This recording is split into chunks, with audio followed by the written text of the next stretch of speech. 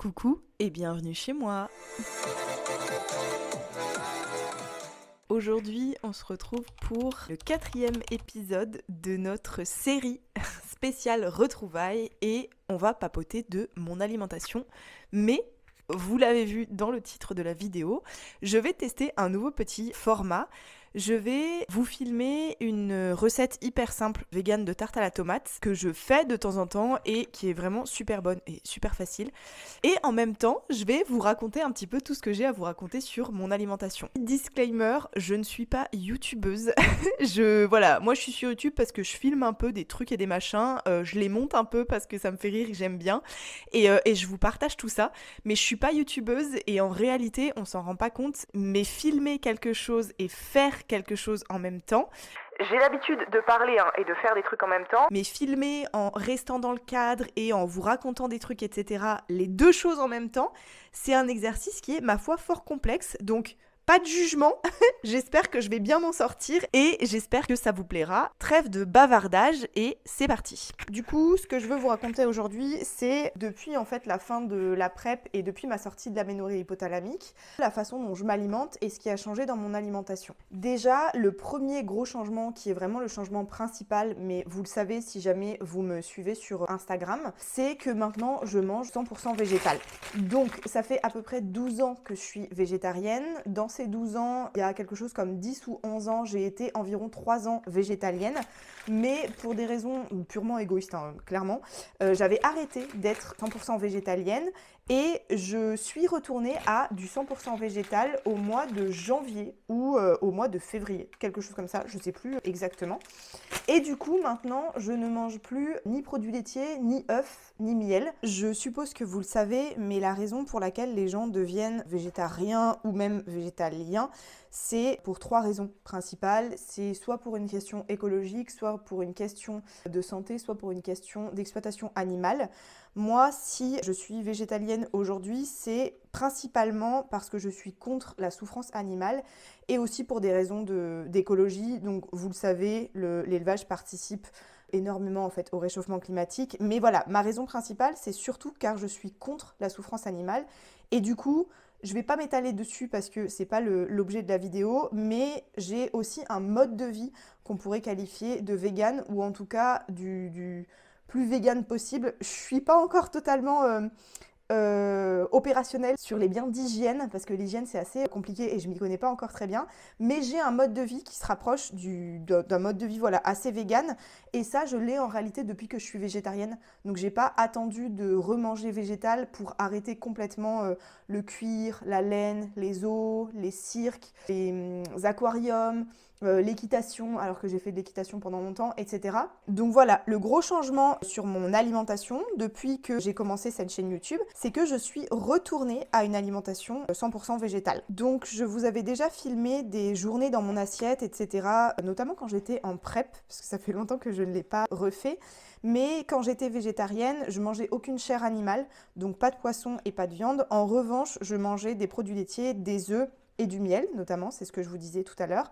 Et ça maintenant du coup j'ai complètement arrêté. Donc je ne mange toujours pas de viande et de poisson, mais je ne mange plus non plus de produits laitiers, d'œufs et de miel. Et je fais aussi attention le plus possible à ne pas manger de choses qui contiennent des colorants qui viennent des insectes, même si ça, voilà c'est pareil, je suis pas encore totalement à jour pour l'instant, donc je continue d'apprendre. Mais donc je ne mange plus ces produits-là de façon spécifique, c'est-à-dire je mange plus d'œufs durs, d'œufs au plat, je mange plus de fromage, je mange plus de fromage blanc, de skyr animal, etc. Et je ne mange plus non plus tout ce qui en contient. Donc je ne mange plus par exemple de gâteaux qui contiennent du beurre, je ne mange plus de bonbons qui contiennent du miel, je ne mange plus de chocolat au lait. Ça, j'ai complètement arrêté parce que ce n'est pas d'origine végétale. Donc maintenant, dans mon alimentation, je n'ai plus aucun produit d'origine animale. Tous les produits que je mange sont des produits qui ne génèrent pas de souffrance animale ou en tout cas sont des produits qui ne sont pas issus spécifiquement de l'exploitation des animaux. Parce que quoi qu'on fasse, de toute façon, on heurte des animaux en vivant. Voilà. On vit sur des endroits où les animaux vivaient avant. Le fait qu'on prenne notre voiture, des fois on écrase des insectes sur la route, etc., etc. Donc on ne peut pas en fait se soustraire à la souffrance animale involontaire. En revanche, tout ce qui volontairement participe à la souffrance animale, ça, c'était un désir que j'avais d'arrêter et j'ai complètement arrêté. Je fais une petite pause sur mon explication alimentation pour vous parler quand même un petit peu de la recette que je suis en train de faire. Donc on fait une tarte à la tomate vegan qui est hyper simple. Vous voyez, je fais même pas ma pâte moi-même et j'en profite pour vous dire que vous avez des pâtes dans le commerce, que ce soit des pâtes brisées ou je crois aussi des pâtes feuilletées, qui sont véganes parce qu'en fait, dans l'imaginaire collectif, une pâte c'est fait avec du beurre et c'est en général ce qu'on fait quand on le fait chez nous. Mais les industriels, comme le beurre leur coûte cher, font régulièrement des pâtes qui sont faites avec des produits d'origine animale. Donc celle-là, par exemple, c'est pas du beurre, mais c'est des huiles végétales. Pour le savoir, il vous suffit en fait d'apprendre à lire la liste des ingrédients ici, donc les informations nutritionnelles des aliments. Ce qui me fait penser que si jamais vous ne savez pas le faire, je pourrais vous faire une vidéo à ce sujet-là sur les étiquettes alimentaires. Est-ce que c'est intéressant de savoir les lire? Est-ce que c'est important de le faire? Est-ce que c'est risqué de le faire? Et comment le faire? Donc, je n'y avais pas forcément pensé, mais maintenant que je vous en parle, je vous le dis. Mettez-moi en commentaire si ça vous intéresse de savoir lire ce genre d'étiquettes. Je sais le faire parce que voilà, c'est mon métier d'apprendre aux personnes à s'alimenter comme il se doit. Et aussi parce qu'à la base, je suis ingénieure agroalimentaire. Pareil, ça, je vous l'avais déjà raconté. Donc, c'est des choses qu'on apprend à l'école, mais n'hésitez pas à me le dire, c'est intéressant pour certaines choses de savoir lire une étiquette nutritionnelle, mais il faut le faire correctement. Donc voilà, tout ça pour dire du coup que cette pâte brisée là, c'est une pâte brisée qui est faite à base d'huile végétale, c'est pas du tout du beurre, donc c'est une pâte qui est végane. Et d'ailleurs, certaines ont ce logo là, vous voyez, vous avez certains aliments qui ont le logo vegan là, qui permet de savoir si c'est vegan ou pas. C'est le cas de celle-là, je l'avais pas vu d'ailleurs en l'achetant. Moi j'avais regardé la liste des ingrédients, mais je l'ai vu tout à l'heure. Donc on prend une pâte brisée, j'ai coupé mes petites tomates, j'en avais 4 et en fait je pense que 2 suffiront largement.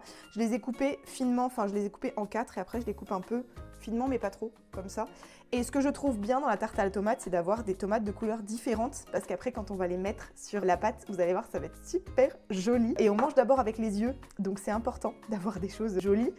Et du coup là ce que je vais faire, c'est que je vais étaler ma pâte. Par-dessus, je vais mettre de la moutarde, je vais mettre un parmesan végétal de chez Coro. Et puis après, je mettrai mes tomates par-dessus et on mettra tout ça au four. Parenthèse fermée, on repart à la question de la façon dont je m'alimente en ce moment. Du coup, par rapport à cette question d'alimentation 100% végétale aujourd'hui, je ne l'avais pas fait pendant que j'étais en prépa parce qu'en fait, ça fait plusieurs années que je veux retourner à du 100% végétal parce que je continue de m'éduquer, d'apprendre des choses, de me déconstruire sur tout ce qu'on nous a appris vis-à-vis de notre exploitation des animaux. Et en fait, je ne l'avais pas fait pour des questions vraiment purement égoïstes parce qu'en fait, en prépa, c'était très compliqué. Ça, je vous l'avais déjà expliqué, je vous remets la vidéo en haut de quand je vous l'ai expliqué. Mais du coup, je ne l'avais pas fait en prépa parce que c'était très compliqué.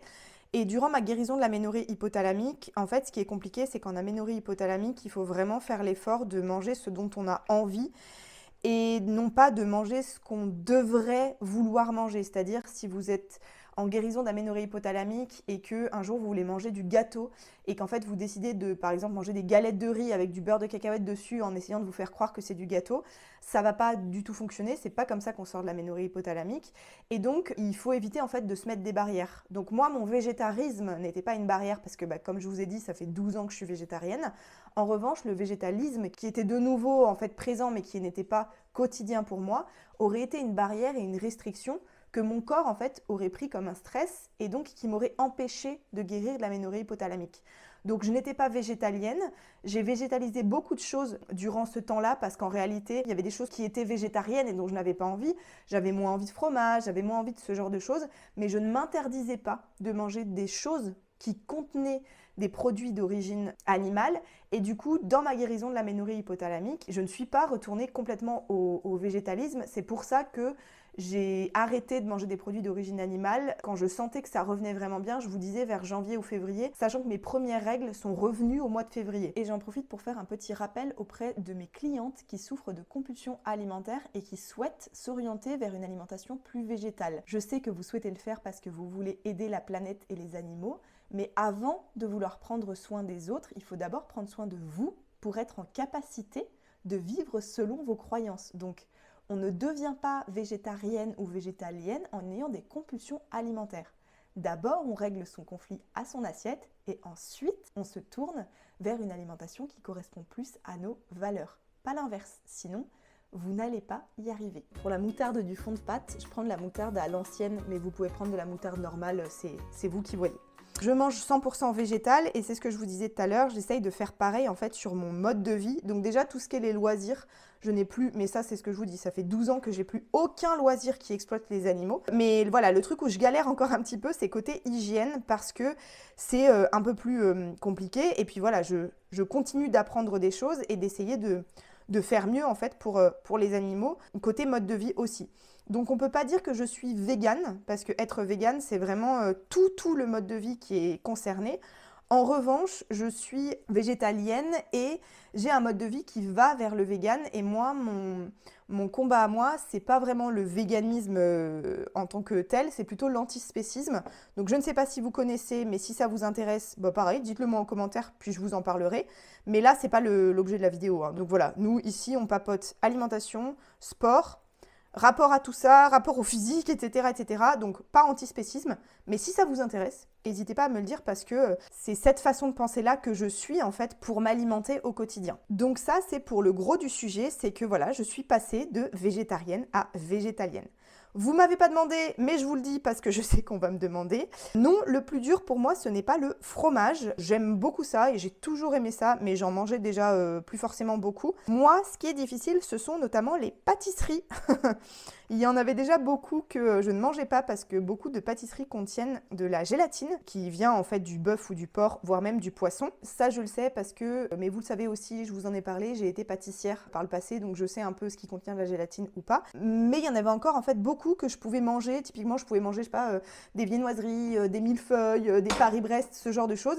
Et ça, je ne le fais plus du coup parce que toutes les pâtisseries en fait, j'allais dire la majorité, mais toutes les pâtisseries contiennent soit du beurre, soit des œufs, soit de la crème, soit du lait, ce genre de choses. Donc voilà, ce qui est compliqué pour moi, c'est pas de ne plus manger de fromage, c'est de pouvoir moins spontanément manger des pâtisseries. Maintenant, ce qui est bien, c'est que par contre, ça me force à pâtisser de nouveau. J'ai toujours aimé pâtisser, c'est pour ça que j'ai été pâtissière. Et là, ces derniers temps, j'avais un peu arrêté, je sais pas pour quelle raison. Et donc, ça me force un peu à reprendre. Donc finalement, c'est un mal pour un bien. Et je trouve ça plutôt cool. Je refais un petit aparté, du coup j'ai piqué ma pâte. Je vous ai montré, j'ai mis de la moutarde dessus et là je vais mettre ce dont je vous parlais tout à l'heure. C'est un parmesan végétal de chez Coro qui est un mélange en fait de levure maltée et de poudre d'amande. Et je le mets en fait par-dessus la moutarde, ça va permettre d'absorber un petit peu le jus des tomates parce que les tomates sont très riches en eau et du coup quand vous les faites cuire, votre tarte à la tomate après elle va être toute détrempée. Donc ça permet en fait d'absorber un petit peu le jus des tomates. Ensuite, parallèlement au fait que du coup je mange 100% végétal, pour ce qui est de la façon de m'alimenter sans parler du contenu de mon assiette par rapport aux quantités, aux macronutriments, etc. Je ne compte plus rien. Mais ça fait, je pense que ça va faire du coup maintenant bientôt 1 an que je compte plus. J'ai plus d'application de traquage de calories, de macronutriments. Je ne regarde plus les étiquettes. Voilà, il n'y a aucun contrôle en fait sur les quantités. Le seul contrôle que j'ai entre guillemets, c'est de l'écoute de mon corps. Donc c'est pas vraiment du contrôle. Je sais évidemment ce que je mange parce que j'ai un minimum d'éducation alimentaire et que je sais comment m'alimenter pour soutenir ma santé, mon sport, mes performances, mon sommeil, mon plaisir, ma satisfaction, etc., etc. Mais globalement, je mange intuitivement. C'est-à-dire qu'il y a beaucoup de compréhension de mon corps, il y a beaucoup d'écoute de mon corps, il y a beaucoup de bienveillance, il y a beaucoup d'écoute de mes envies, il y a beaucoup de lâchage de lest en fait, et il y a quand même de l'éducation alimentaire. Parce que ça, c'est un truc qui est quand même hyper important. Vous le savez, si jamais vous avez travaillé sur retrouver une alimentation intuitive. Donc, par exemple, toutes mes clientes le savent. Mais l'alimentation intuitive, c'est pas que de l'apaisement à l'assiette. C'est bien sûr beaucoup d'apaisement à l'assiette, mais c'est aussi un peu d'éducation alimentaire. Donc voilà, c'est pas de l'éducation alimentaire, savoir combien il y a de grammes de macronutriments, de je sais pas quoi par aliment, hein, pas du tout. Mais c'est savoir un minimum de quoi sont composés les aliments, à quoi sert chaque macronutriment, comment savoir si on en mange assez, etc. Donc voilà, je ne contrôle plus rien à l'aide en fait de macronutriments, de pesées, d'applications de traquage ou quoi que ce soit. J'écoute juste tout simplement mon corps Et voilà, et c'est la liberté totale dans l'assiette. Petit aparté de nouveau, maintenant que j'ai mis le parmesan végétal, donc vous voyez j'en ai pas mis beaucoup, hein, juste une petite couche, je vais venir mettre dessus mes tomates. Donc mon objectif, on va voir ce que ça donne parce que voilà, c'est fait maison donc c'est pas parfait, c'est de faire une petite rosace un petit peu comme ça et que ce soit joli pour ensuite après venir rabattre un peu les bords dessus et faire une tarte un petit peu jolie, un petit peu rustique et sympa. Ensuite par rapport à ce que je mange en fréquence etc, quand j'étais en prep, je mangeais 4 fois par jour, tous les jours. Il était rare que je mange moins ou que je mange plus, j'avais vraiment une régularité qui me permettait en fait de m'assurer que j'étais régulière sur mes apports, que je donnais à mon corps ce dont il avait besoin, etc. Et maintenant, je mange pareil, en fait, 4 fois par jour parce que c'était vraiment ce qui me correspondait. Et c'est quelque chose que je faisais déjà avant la prep. Je mangeais déjà 4 fois par jour avant la prep. Et d'ailleurs, c'est moi, je conseille quasiment tout le temps, ou en tout cas aux personnes qui ont des horaires à peu près normaux, des horaires type 9h, 17h, de manger au moins 4 fois par jour, si ce n'est plus. Donc la plupart du temps, je mange 4 fois par jour. Et puis des fois, je peux manger 3 fois par jour ou 2 fois, mais c'est assez rare 2 fois. Et puis ça peut monter jusqu'à 6 fois. Mais ça, pareil, c'est assez rare. Donc la majorité du temps, je mange 4 fois par jour. Donc voilà, le matin, le midi, l'après-midi et le soir. Quoique là, pendant 2 semaines, j'étais pas chez moi et en général, je mangeais plus tard le midi et du coup, je mangeais pas forcément l'après-midi, même si des fois, je reprenais une petite collation le soir, etc. Mais voilà la façon dont je m'alimente. Et encore une fois, il n'y a pas de quantité spécifique ou quoi que ce soit. La plupart du temps, mes repas sont plutôt complets parce que c'est comme ça qu'ils me tiennent au ventre. Donc complet, c'est-à-dire que j'ai des féculents, des protéines, des lipides, des fruits, des légumes, etc., etc. Et puis les quantités sont ajustables en fait en fonction de ma faim du moment, en fonction de l'endroit où je me trouve, de ce dont j'ai envie, etc., etc. Vous le savez, je cuisine pas énormément. J'adore ça, mais je prends pas forcément le temps de le faire. Là, vous voyez, hein, typiquement, je suis en train de cuisiner une tarte, mais en réalité, la pâte à tarte, c'est même pas moi qui l'ai faite. D'ailleurs, ça c'est pareil, des fois je la fais moi-même. C'est hyper simple à faire, mais vous n'êtes pas obligé de vous casser la tête à ça. Mais du coup, je cuisine pas tant que ça. De temps en temps, ça me prend. Moi, je fais surtout de l'assemblage. Mon but, c'est que voilà, ce soit complet, satisfaisant, coloré, et j'essaie aussi de faire un peu maximum local et de saison parce que ça c'est une autre chose de mon alimentation mais que je faisais déjà avant de retourner au végétal, c'est que j'essaie en fait d'avoir un certain respect pour le vivant en fait dans la façon dont je m'alimente à la hauteur de mes possibilités. Je ne suis pas extrêmement riche, je n'habite pas dans un endroit où il y a des supermarchés bio etc à tous les coins de rue, donc j'essaie de faire voilà, pour moi-même à la maison, je fais de l'assemblage, mais j'essaie d'avoir des produits qui sont la plupart du temps un peu bruts, même si vous voyez, hein, j'ai des choses qui sont pré-préparées, mais ce n'est pas la majorité de mon alimentation. Et puis j'essaye de faire aussi un peu de saison. J'essaie aussi de manger un peu bio, notamment les fruits et les légumes, parce que les fruits et les légumes, je les mange beaucoup avec la peau. Et j'essaie aussi de manger pas mal éthique, notamment sur le chocolat. Ça c'est pareil, je vous en avais déjà parlé, mais très rapidement sur Instagram, parce que le chocolat est très destructeur de plein de choses, et notamment des droits humains. Donc le chocolat, c'est un truc voilà, sur lequel j'essaye de manger éthique, mais voilà, et j'ai la chance aussi, truc que je voulais vous dire, d'habiter en Bretagne, et la Bretagne est une région qui est une région agricole, du coup nous avons beaucoup de maraîchage, et donc je peux manger des produits qui sont pour certains assez locaux, et ça c'est vraiment cool, donc ça me permet au-delà d'avoir une alimentation végétale, d'avoir une alimentation qui correspond à mes valeurs de respect du vivant, au-delà de juste des animaux, du respect en fait de la planète et du respect des autres humains et de leur travail. Voilà, j'ai étalé mes petites tomates et maintenant je vais refermer les bords. Vous n'êtes pas obligé de faire comme ça, vous pouvez mettre votre tarte à la tomate dans un moule en fait et juste foncer. Donc foncer, c'est en gros mettre votre tarte à plat dans le moule et puis bien venir appuyer sur les bords. Vous pouvez tout simplement foncer votre bâton de pâte en fait dans un moule, mais moi j'aime bien rabattre un peu les bords parce que ça fait plus rustique, ça fait plus sympa, puis c'est plus original je trouve. Donc j'ai étalé mes tomates, j'ai essayé de faire une petite rosace et je vais venir refermer les bords par-dessus avant de la mettre au four. Vous avez un peu les updates de mon alimentation. Les gros updates, hein, c'est qu'il n'y a plus de contrôle et que je mange végétal. La partie éthique, biologique, locale, ça fait très très longtemps que je fais comme ça. Je mange pas que bio, je mange pas que local, je mange pas que éthique. Je n'ai ni le temps ni les ressources financières pour le faire. Mais voilà, j'essaye de faire mon maximum parce que c'est mes valeurs, que je peux me le permettre, que voilà, j'ai pas de famille à gérer, j'ai pas tout ça. Donc vous faites à hauteur de vos dispos, mais moi c'est comme ça que je m'alimente. Et je sais aussi qu'on va me le demander, donc ça c'est pareil, je vous en avais déjà parlé dans une autre vidéo où je vous parlais de mes sources de protéines, mais du coup maintenant ça a un peu changé, vu que je mange plus d'œufs et de produits laitiers, donc je me suis dit que j'allais vous faire un petit top 5 de mes protéines indispensables en ce moment, que je mange régulièrement. Donc je vous mets la liste des aliments en bas et le lien vers les sites qui les vendent. En ce moment je mange beaucoup de skyr végétal de chez Sojasun, il est très bon et il se trouve en grande surface. Je mange beaucoup de tofu ferme que je prépare avec des marinades très simples.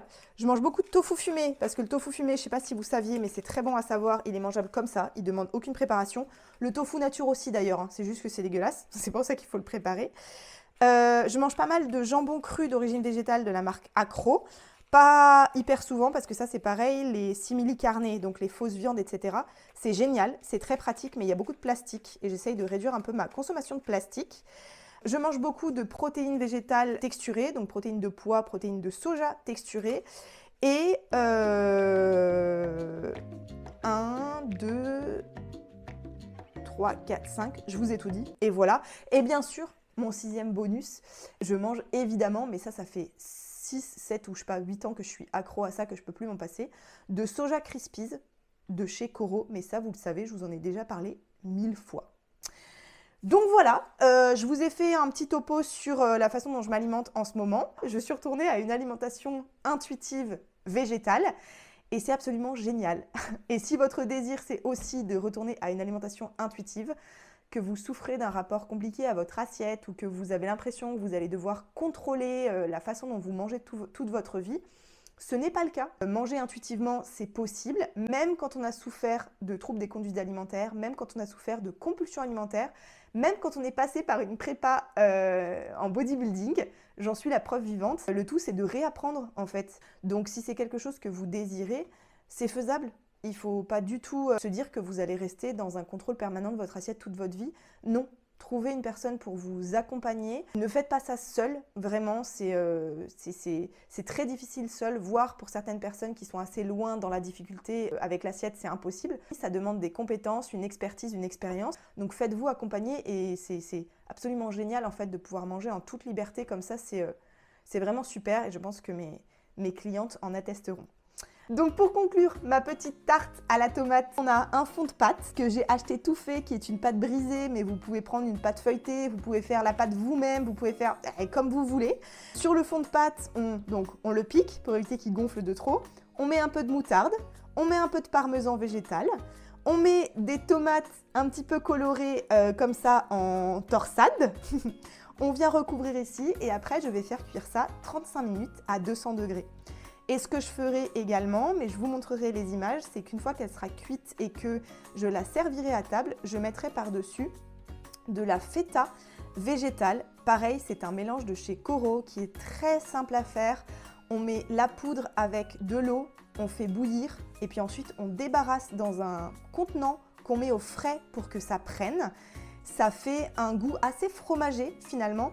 Ça n'a pas le goût de feta parce qu'aucun fromage végétal n'a le goût d'un fromage animal. Pour l'instant, ça n'a pas été inventé, donc on verra si ça l'est un jour, mais ça n'a pas été inventé. Mais en revanche, c'est un super substitut, on peut l'utiliser dans plein d'endroits. Donc je ferai ça, quand je servirai la tarte, je mettrai un petit peu de feta végétal par-dessus. Et ce sera divinement bon. J'espère que ça vous a plu de participer à cette petite recette très facile. Vous voyez, c'est ultra facile. Après, ça cuit tout seul. C'est de saison aussi, parce que c'est des tomates, ça permet d'avoir des couleurs, d'avoir du plaisir, d'avoir du goût, de s'hydrater, etc. J'espère aussi que la vidéo vous a plu et vous a intéressé. Si vous avez des questions ou quoi que ce soit, vous n'hésitez pas à les mettre en commentaire. N'hésitez pas aussi à liker la vidéo si jamais elle vous a plu. Et puis, on se retrouve dans 15 jours pour l'épisode 5 qui traitera, lui, d'un sujet qui, je pense, va beaucoup vous intéresser et qui est très important, qui est le sujet de la façon dont mon apparence physique a été modifiée par la guérison de l'aménorrhée hypothalamique et la sortie du bodybuilding et comment je l'ai vécu. C'est très intéressant et c'est un sujet dont j'ai absolument jamais parlé, même pas sur Instagram, donc j'ai des choses à vous dire qui, je pense, vont être assez chouettes. Et voilà. Ah, et aussi, bien sûr, je vais continuer de vous filmer quelques images de cette magnifique tarte et je vous la mettrai une fois cuite et une fois servie avec la feta par-dessus et tout ça. Donc, je vous mets ces quelques images après et à dans 15 jours pour la prochaine vidéo.